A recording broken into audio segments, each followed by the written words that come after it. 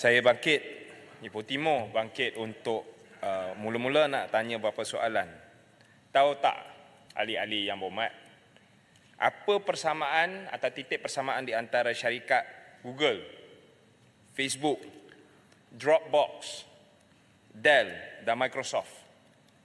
Mungkin kalian tidak tahu, tapi titik persamaannya adalah kesemua syarikat-syarikat gergasi antara bangsa tech atau bukan tech pun, semua ini dibina, diwujudkan, ditubuhkan dan dibesarkan di dalam kampus universiti-universiti. Maka yang mewujudkan, membina syarikat-syarikat ini, mereka buat di universiti sewaktu mereka masih mahasiswa. Maka apabila kita dengar, kita tahu, memang kita asyik dengar lah, mahasiswa ni tak belum cukup matang, perlu ada tapisan. Saya kadang-kadang pun tak berapa faham bila ada rakan-rakan sebelah sana yang kata kena ada bagi kebebasan, kena bagi ruang untuk anak-anak murid kita, untuk mahasiswa kita uruskan kewangan mereka sendiri. Pula kata nak tapisan. Ni macam seolah-olah ada sedikit identity crisis lah.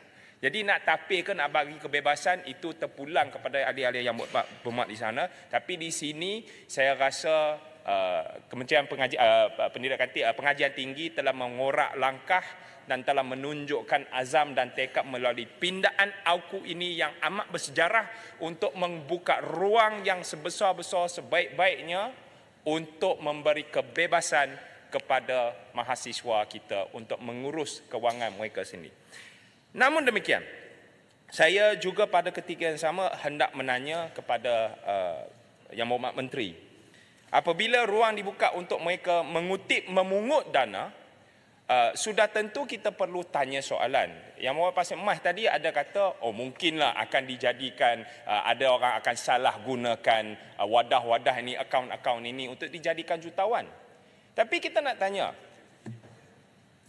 murid-murid kita, pelajar-pelajar kita, mahasiswa-mahasiswa kita yang dok menuntut pendidikan tinggi ni, bukankah pengurusan wang, bagaimana nak mengutip dan memungut dana untuk mengembangkan agenda mereka melalui persatuan-persatuan mereka ni, bukankah ia satu proses pelajaran dan pendidikan? Jadi saya hanya akan tanya soalan dan bukan kata kena ada tapisan.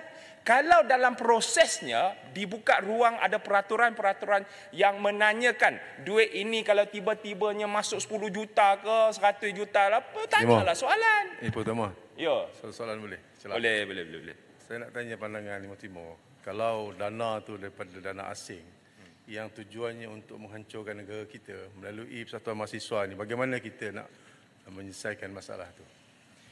Satu, kalau duit asing masuk syarikat, masuk persatuan ROS, masuk persatuan pelajar pun akan ditapis secara dan disekat secara automatiknya. Jadi bagi pandangan saya bukan menteri.